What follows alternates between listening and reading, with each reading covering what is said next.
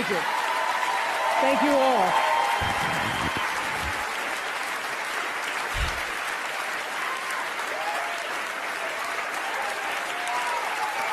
Thank you. Okay. Thank you, Reese. In 1964, I was a little girl sitting on the linoleum floor of my mother's house in Milwaukee, watching Anne Bancroft present the Oscar for Best Actor at the 36th Academy Awards. She opened the envelope and said 5 words that literally made history. The winner is Sidney Poitier. Up to the stage came the most elegant man I had ever seen. I remember his tie was white, and of course his skin was black, and I'd never seen a black man being celebrated like that.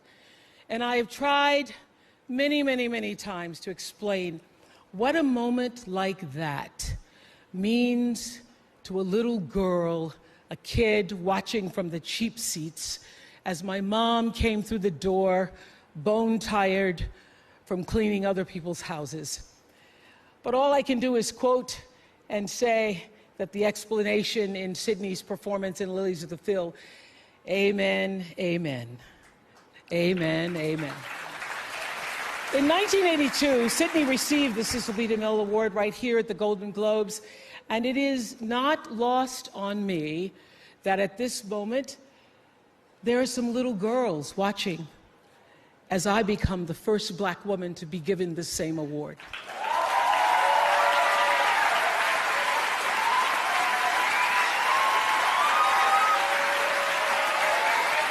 It is an honor.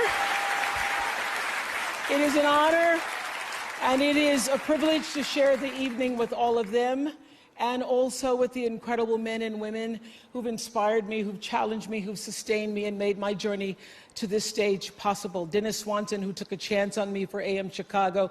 Quincy Jones, who saw me on that show and said to Steven Spielberg, yes, she is Sophia in The Color Purple. Gail, who's been the definition of what a friend is, and Stedman, who's been my rock, just a few to name. I'd like to thank the Hollywood Foreign Press Association, because we all know that the press is under siege these days. But we also know that it is the insatiable dedication to uncovering the absolute truth that keeps us from turning a blind eye to corruption and to injustice,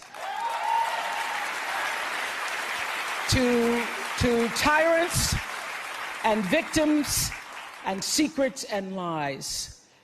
I want to say that I value the press more than ever before as we try to navigate these complicated times, which brings me to this. What I know for sure is that speaking your truth is the most powerful tool we all have. And I'm especially proud and inspired by all the women who have felt strong enough and empowered enough to speak up and share their personal stories. Each of us in this room are celebrated because of the stories that we tell. And this year, we became the story.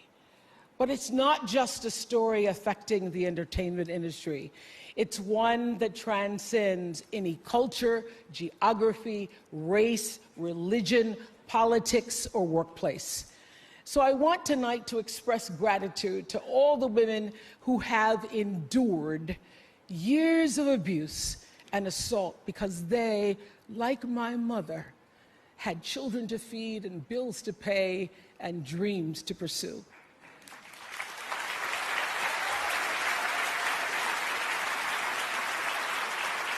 They're the women whose names we'll never know. They are domestic workers and farm workers.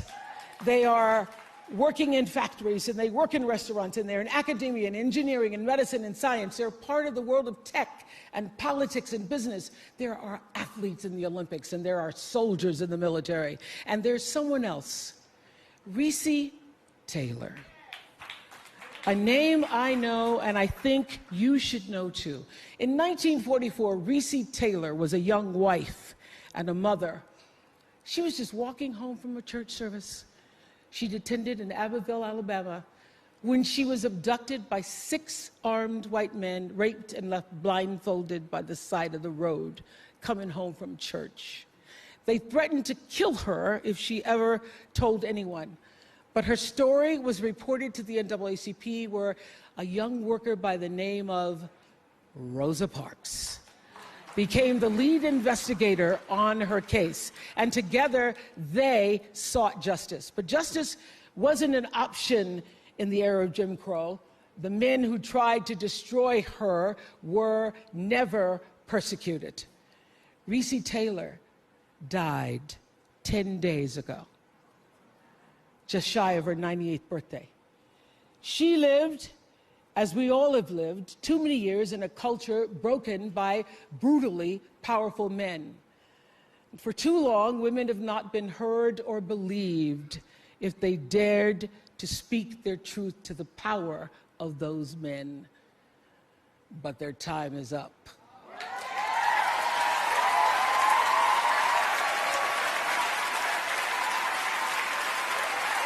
Their time is up.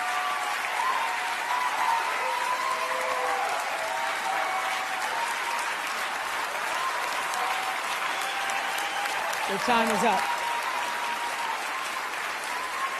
And I just hope that Reese Taylor died knowing that her truth, like the truth of so many other women who were tormented in those years, and even now tormented, goes marching on. It was somewhere in Rosa Parks' heart almost 11 years later when she made the decision to stay seated on that bus in Montgomery. And it's here with every woman who chooses to say, "Me too." And every man who chooses to listen. In my career, what I've always tried my best to do, whether on television or through film, is to say something about how men and women really behave, to say how we experience shame, how we love and how we rage, how we fail, how we retreat, persevere, and how we overcome. And I've interviewed and portrayed people who've withstood some of the ugliest things life can throw at you, but the one quality all of them seem to share is an ability to maintain hope for a brighter morning, even during our darkest nights. So I want all the girls watching here and now to know that a new day is on the horizon. And when that new day finally dawns, it will be because of a lot of magnificent women, many of whom are right here in this room tonight, and some pretty phenomenal men fighting hard to make sure that they become the leaders who take us to the time when nobody ever has to say, "Me too," again. Thank you.